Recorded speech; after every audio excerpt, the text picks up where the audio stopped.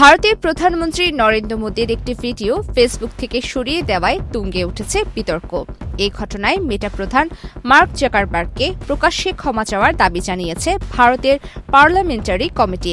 3 দিনের মধ্যে জাকারবার্গ ক্ষমা না চাইলে মেটার বিরুদ্ধে কঠোর আইনি ব্যবস্থা নেওয়ার হুঁশিয়ারি দেওয়া হয়েছে। বিজেপি সাংসদ নিশিকান্ত দুবের নেতৃত্বাধীন কমিটির অভিযোগ, 140 কোটি মানুষের প্রতিনিধি হিসেবে প্রধানমন্ত্রীর ভিডিও মুছে দেওয়া ভারতের গণতন্ত্রের উপর চরম আঘাত। করোনা বা যেকোনো ভাইরাসের এগেইনস্টে ফাইট মানি ব্যাকট্রলের লেফট রাইট। গত 23 জুলাই নরেন্দ্র মোদী তার প্রথম সরাসরি সেলফি ভিডিওটি সোশ্যাল মিডিয়ায় পোস্ট করেন, যেখানে প্রশ্নপত্র ফাঁসের বিরুদ্ধে কড়া ব্যবস্থা নেওয়ার প্রতিশ্রুতি দিয়ে জেনজি এবং আন্দোলনরত শিক্ষার্থীদের আশ্বস্ত করেন তিনি। ভিডিওটি ইনস্টাগ্রামে ঠিকঠাক চললেও ফেসবুকে আপলোড করার পরপরই তা ব্লক বা সাময়িকভাবে সরিয়ে দেয় মেটা।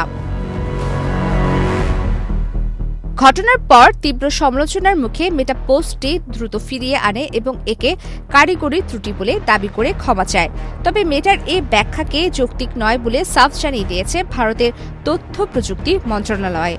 পার্লামেন্টারি কমিটি পরিষ্কার জানিয়ে দিয়েছে, 3 দিনের মধ্যে দায়ীদের বিরুদ্ধে ব্যবস্থা না নিলে এবং জাকারবার্গ নিজে ক্ষমা না চাইলে সামাজিক যোগাযোগ মাধ্যম হিসেবে মেটার সেফ হারবার আইনি সুরক্ষা তুলে নেওয়া হবে।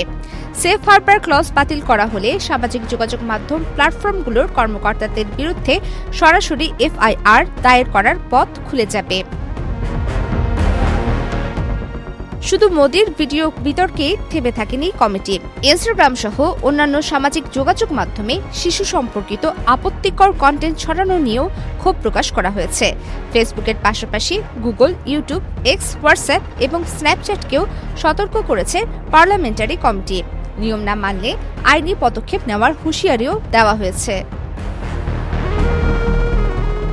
প্রবীর ইসলাম, বাংলাদেশ প্রতিদিন।